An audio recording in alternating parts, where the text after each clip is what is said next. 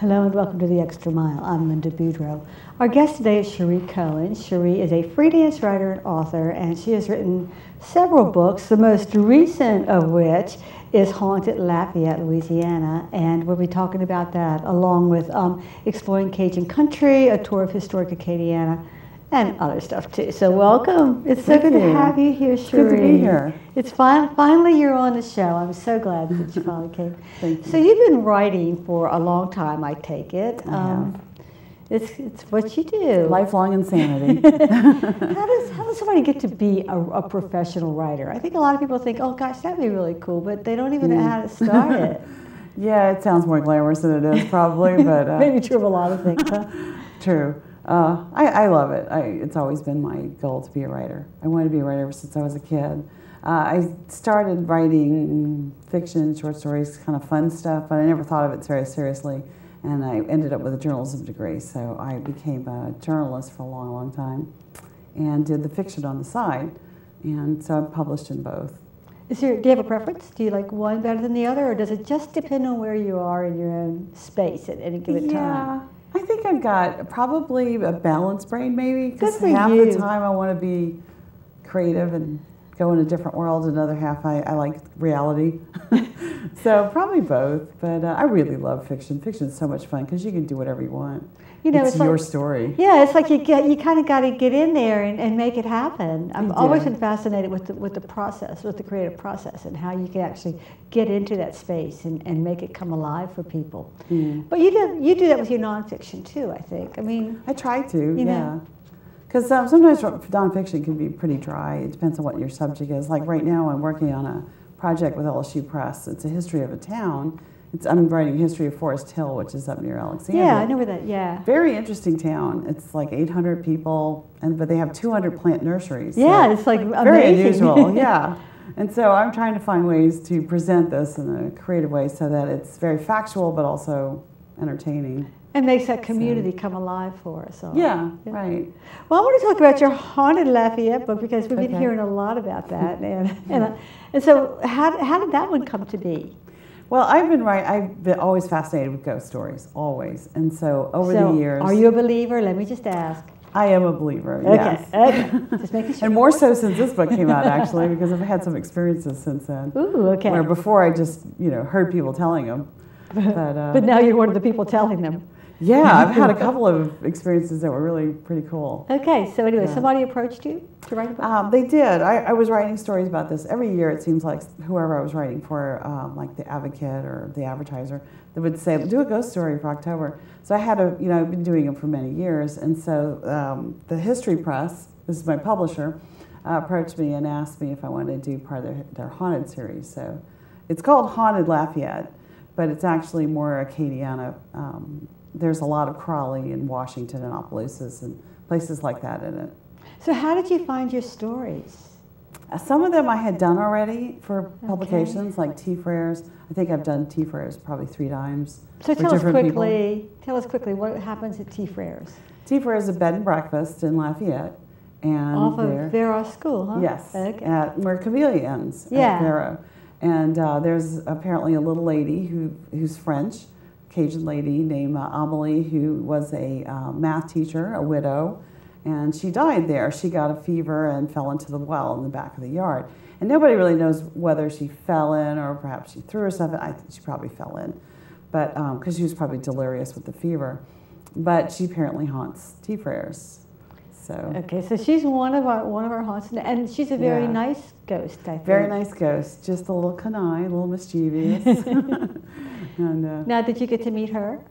Well, I did 3 stories on the place, and I never felt really anything. I went with a friend of mine who thought the second floor was she had a kind of weird experience up there, but I never did. And so recently, one of the TV stations asked if we would do a story with Moggy, who's the owner. Right. And so we went into the room where most of the things happen, and we were sitting there, and she was being interviewed on camera, and the camera kept going on and off and on and off, and she goes, oh, that's Amelie.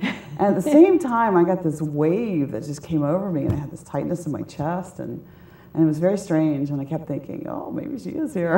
And then once we went out on the porch, and all the camera came back on, everything was fine. So she'll mess with the electronics a little bit, huh? She messes with a lot of things, apparently. But nobody's ever been hurt or scared. She's just... No, I don't think any of the ghosts in this book are scary. Good. Yeah, they're nice people. Yeah, I don't know if there are a whole lot of scary ghosts around, but not in our neighborhood anyway. I don't think so. So what was your favorite story? My favorite story? I went to Crawley because I wanted to find out about the Opera House, because the Opera House is, was told to be haunted. And so I met with a tourism lady, and she said, oh, well, the Opera House, and she gave me the name of the person to talk to. She says, and then there's the Egan Hotel and the Music Center and the Rice Theater, and she went on and on. And so it turned out Crawley ended up being several chapters because there was so much there. Lots of hauntings in Crawley, huh? Yeah, very interesting stories. The Clark House, though, I think was my favorite because it's an old Victorian in Crawley that has all kinds of fun stories going on. Nobody really knows who it is that's there. There's some theories, but it's. But I thought that was a very fascinating story. So was the Opera House. So what happens there? What happened to the Clark House? At the Clark House, House was built around 1900 by the Clark family, and they in the census records they have all the kids. They all grew up to be adults. Excuse me, but apparently there's a child this is the legend. One of the children was probably handicapped, and they put him on the third floor, and he had one of those. Boys at the time had those little gowns that mostly girls wear. Right. And it caught on fire and he died. That's one story. The other story is that he fell off the third floor. But either case, he died. He was young. So I don't know if it was a Clark family child, because I've never been able to find a child that had died. Within that family. Right, because he could have been born right before the 1900 census. I wouldn't have known. So, but the story, the lady who moved in, people have heard stories about the ghost of the little kid. But when she moved in, she kept hearing a baby crying, and her little boy said he saw a boy up on the third floor, and she had all kinds of weird experiences. So apparently he's still there. And is he still there? I mean, these are events that are continuing to occur even today. Yeah, when I interviewed her, she said when she moved in, what was really interesting was when they looked at the house the first time, they were like, no way, bad vibe, I don't like it. She could feel it? Yeah, the husband mostly said it felt like I needed a shower. And they went back in to take a second look when they couldn't find another house, and a totally different vibe. And she said she saw remnants of what might have been a house blessing by a priest, so she started thinking maybe there was some kind of blessing that made the energy a little bit better. I don't know. Sometimes realtors got to do whatever they got to do. I know. But she said after that, she did hear the baby crying, and she's had some experiences. She had a really weird one with the babysitter that everybody in town told me about. So what is it? Well, there was a babysitter one night who was watching her children on the second floor, and they were using the third floor as a storage area because her husband's a doctor and he had all patient stuff up there. Didn't want the kids going up there because it's privacy. Right. And so their computer was up there back away from the staircase to the third floor. So to go up to the third floor, you have to go up the staircase, walk through these boxes to get to that computer. So the kids were on the second floor playing, and the babysitter had her pizza cooking downstairs on the first floor with a timer. So the timer went off. She ran down the stairs, pulled it out, put it on top of the stove, ran back up, and the baby was not there. And she was like, asked the two boys, where's the baby? I'm like, I don't know. And this is a baby who was like 8 months old, was just learning how to crawl. And it turned out the baby was upstairs on the third floor, in the chair in front of the computer, laughing at something on the computer. Oh my God. So how the baby got up there is a big mystery, and the babysitter didn't even want to tell the mom until... I don't blame her. Yeah, because she was scared to death that she'd get in trouble. But very strange. Very strange, but all was well. Huh? Oh, yeah. She's never felt bad in that house, so... So once, and her husband too, he's okay once you get over that kind of icky feeling? I don't know. I didn't interview him. But he's living there. They're still living there. Yeah. He's living there, and he's got his office on the third floor, so it can't be all bad. Well, the funny thing, too, is he has a practice in Kaplan. Apparently, there's a nurse that haunts that place. Like ghost everywhere. Yeah, he's also a ghost magnet, I'm thinking. Huh? Maybe, yeah. Did you include that? I did, yeah. And what does that nurse do over there? People have just seen this nurse in an old-fashioned uniform, and he didn't believe him, and according to his wife. And he said one day he saw someone come by and no one else was in the building, so had to have been somebody not of this world. Somebody else. Yeah, funny. Well, Cherie, what kind of experiences have you had, direct experiences, since you started writing this book? Because, we can't, not find out what that is. Well, I've always had little things happen, or I have a couple of friends who are very sensitive, and they'll come into my house and they'll start saying things about my house. Like maybe your house, too, has a little vibe? I don't think the one I live in now Okay. is, although my son used to swear there was something in his bedroom. And then a friend of mine told me there was a little French girl in his room. And we don't know what that's all about. I know. I'm like, well, yes. He was like 18 at the time. Could be. Yeah, you never know. But after she left, it stopped. So, I don't know what that was about. But when I lived in Baton Rouge, my husband and I used to see things out of the corner of our eyes. And but we, thought it was our imagination. Mm-hmm. And then we had a friend who came and stayed. She actually saw a little lady with a bun or something like that in her room and told us. And when she told us, both of us went, oh, well, we keep seeing things. And neither one of us had told that to each other. So it's kind of weird. It's confirming, too, or validating. Yeah. Okay, yeah, there's something there. But the former owner had died there, and Bruce's mom had passed away close to that time, so was she either one. Was she in that house as well, his mom? No. Okay, because I think it was a former owner, but Bruce thinks it was his mom. Well, so hey, I don't know. We don't know. So, what about since you wrote the book, or during the writing of the book? I had a weird experience in the Opelousas Museum. Again, it was like a heaviness on my chest, and I have asthma, so I could chalk it up to maybe it was just something. Sure. But then I have read that that's a common experience people have in a haunted house, is a tightness in their chest for some reason. But my favorite thing was when I went to Galveston. There's a old hotel in Galveston, and I walked in my room and my iPad went off, and very strange, and because it won't go off unless you do the you got to do the password. Yeah, there you go. We all know what that means, right? Yeah, and so I looked at it and I thought, well, how did this? And for the music to just come on was weird to me. It was just the song came on, so I turned it off and I put it down. And then the next thing I know, it went back on, and this time it was a phone ringing. It was like ring, and I looked at it, and there was a phone ringing. It was like an image of a phone, and then it disappeared. The music came back on. And I thought, no, that's strange.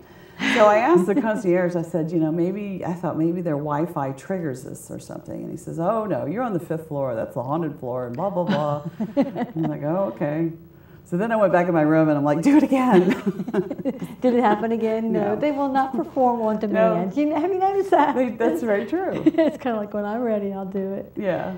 So what was writing this book on the hauntings like for you? And also for the people who shared their stories? I mean, it was fun. It was a lot of fun. I find people, sometimes people are kind of shy about it. They're like, no, I don't want to talk about it. I don't want people making fun of me or whatever. Yeah, thinking I'm kind of goofy like that, yeah. Most people were really eager to talk about it, and they were very happy to talk about it because they like them.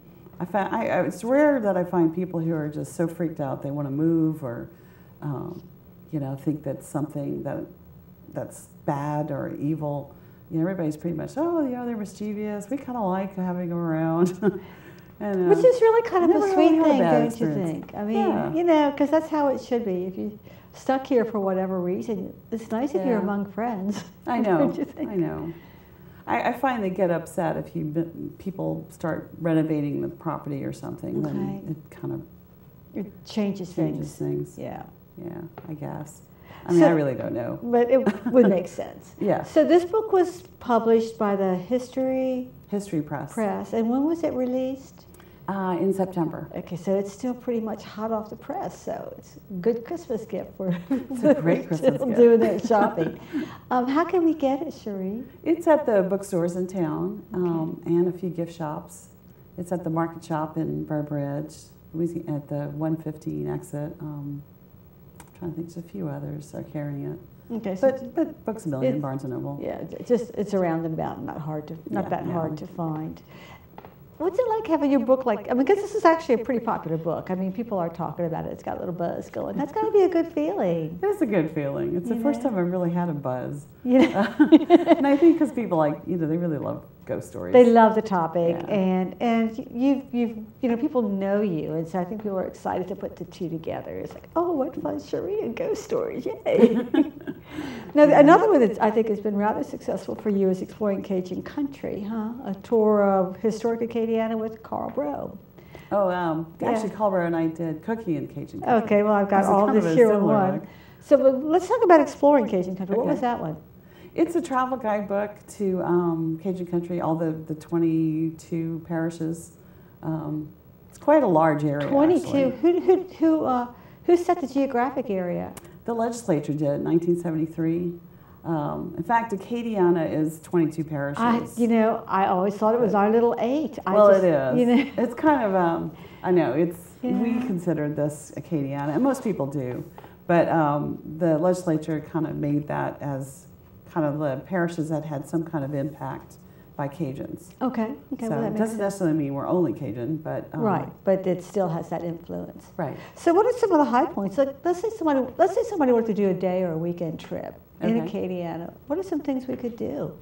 Well, it's a big area. Yeah. So and I didn't that's why I'm do- letting it be a weekend trip as well as a Yeah. day trip. Well, you could go to Houma Thibodeau area and take a swamp tour, and they have gorgeous wetlands down there, plus good food, of course. Always good food everywhere you go.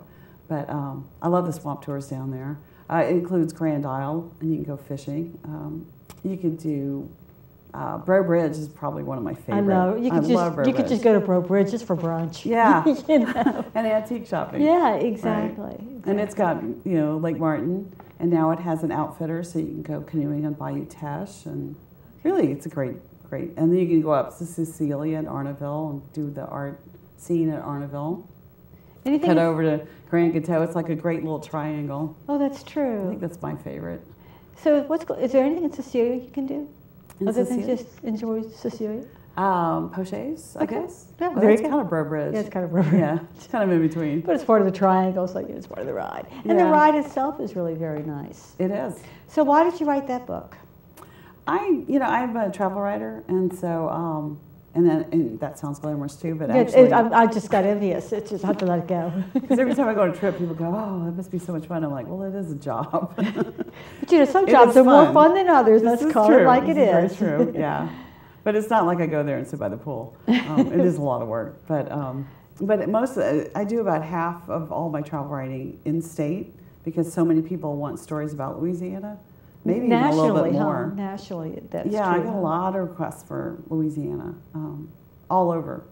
In fact, I just did one on L'Auberge for Forbes' website because they were looking for someone just to write about that. Wow. So it's interesting what people ask for.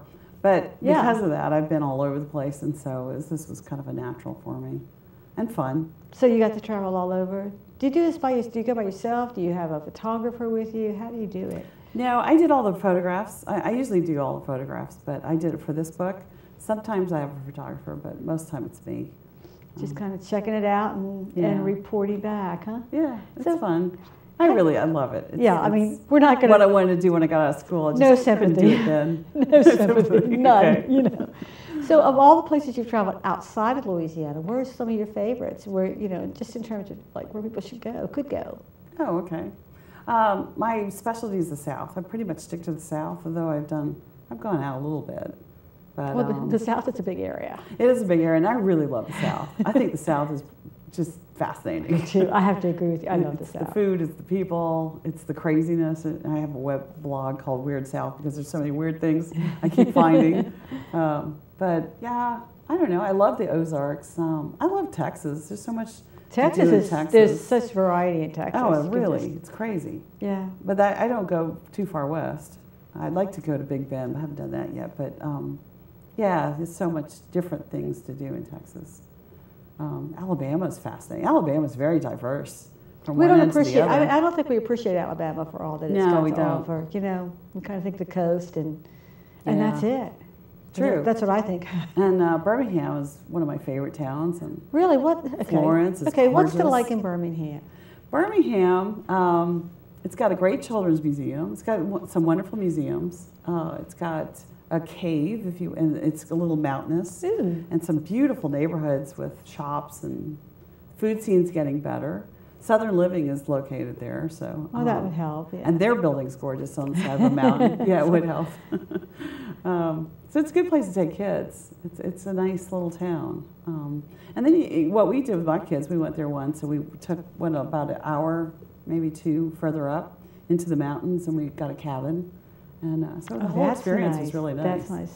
Yeah. So there really is, if you just kind of open yourself up, there's a lot that we can do. Oh yeah, real close by. Throughout the South without Everywhere. too much trouble. Because I think a lot of people are thinking weekend trips these days. Just a little getaway to break the monotony of the work week, so to speak. Mm-hmm.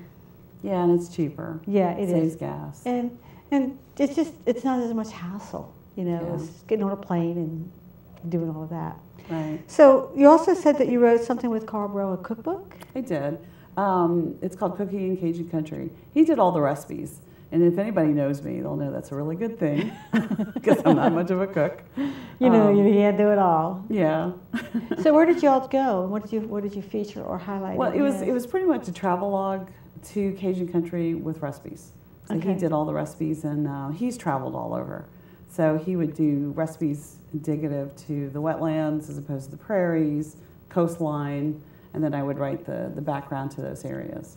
But it was a fun way to kind of begin to develop, I think, some appreciation for the diversity of the geography and the history of the people. Yeah, true. It's very different from one end to the other. Yeah, yeah. So I don't think people realize, the nuances between one end of Cajun Country to the other. And I guess when you're writing about it, you have to look for that, and you have to be able to share that with people. Mm-hmm.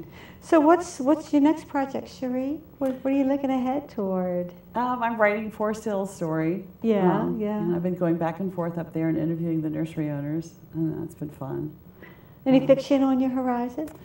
I have a story that I've been working on for like 3 years now, and I can't I need to find the time to finish it. And I've met with some agents trying to get somebody interested, and hasn't really flown so much, which I might just do it as an ebook. I think that's a new frontier that sounds great. We were talking about that. I think that there are a lot of authors are starting that way because I guess it's cheaper, it's easier to get it out into the public, and it can be a work in progress. So you get people to read it, and then they can give you comments, and it's like a lot of fun. Sure. And I was going to ask you that in terms of just the publishing industry and getting your work out there. Have you noticed that the ebooks have had any kind of impact on that, or is it making a difference? I think so. Yeah, I have a lot of friends who, because I started out publishing romance, and in fact, all those rights are coming back to me now because after so many years, you get them back.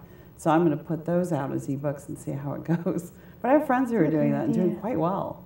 So I think there's a lot to it. I think, especially in mass market fiction, I think people like reading it on a Kindle or iPad.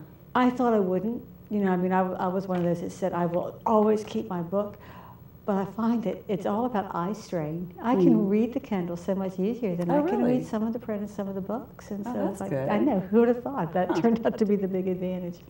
But if somebody was interested in breaking into that industry, what kind of advice would you give them? Well, if you have something, piece of your soul that you want to write down, do it. Just do it. A lot of people get very neurotic about it. Writers are neurotic as a whole. As many of us are, yeah. Yeah, just do it, and don't try to get that editor out of your head that says, "Oh, that's not good enough," or "I don't know." Just do it and put it down on paper and rewrite it, edit it. You can polish it up later, but get it down on paper, and then never give up. I can't tell you how many times I've been rejected. I've got folders, thick folders at home, and if I can do it, anybody can do it. You just got to be persistent.